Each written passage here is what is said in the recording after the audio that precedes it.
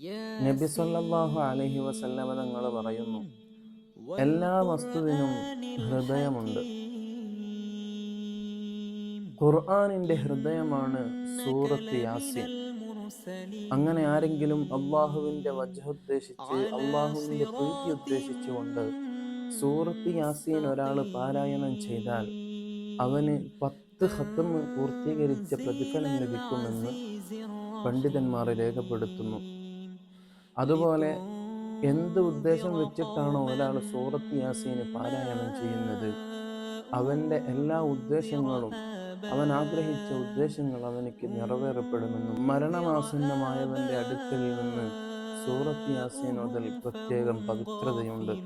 അല്ലാഹു സുബ്ഹാനഹു വ തആല സൂറത്ത് യാസീൻ ഓതുന്നവരിൽ നമ്മയും ഉൾപ്പെടുത്തുമാറാവട്ടെ. ആമീൻ.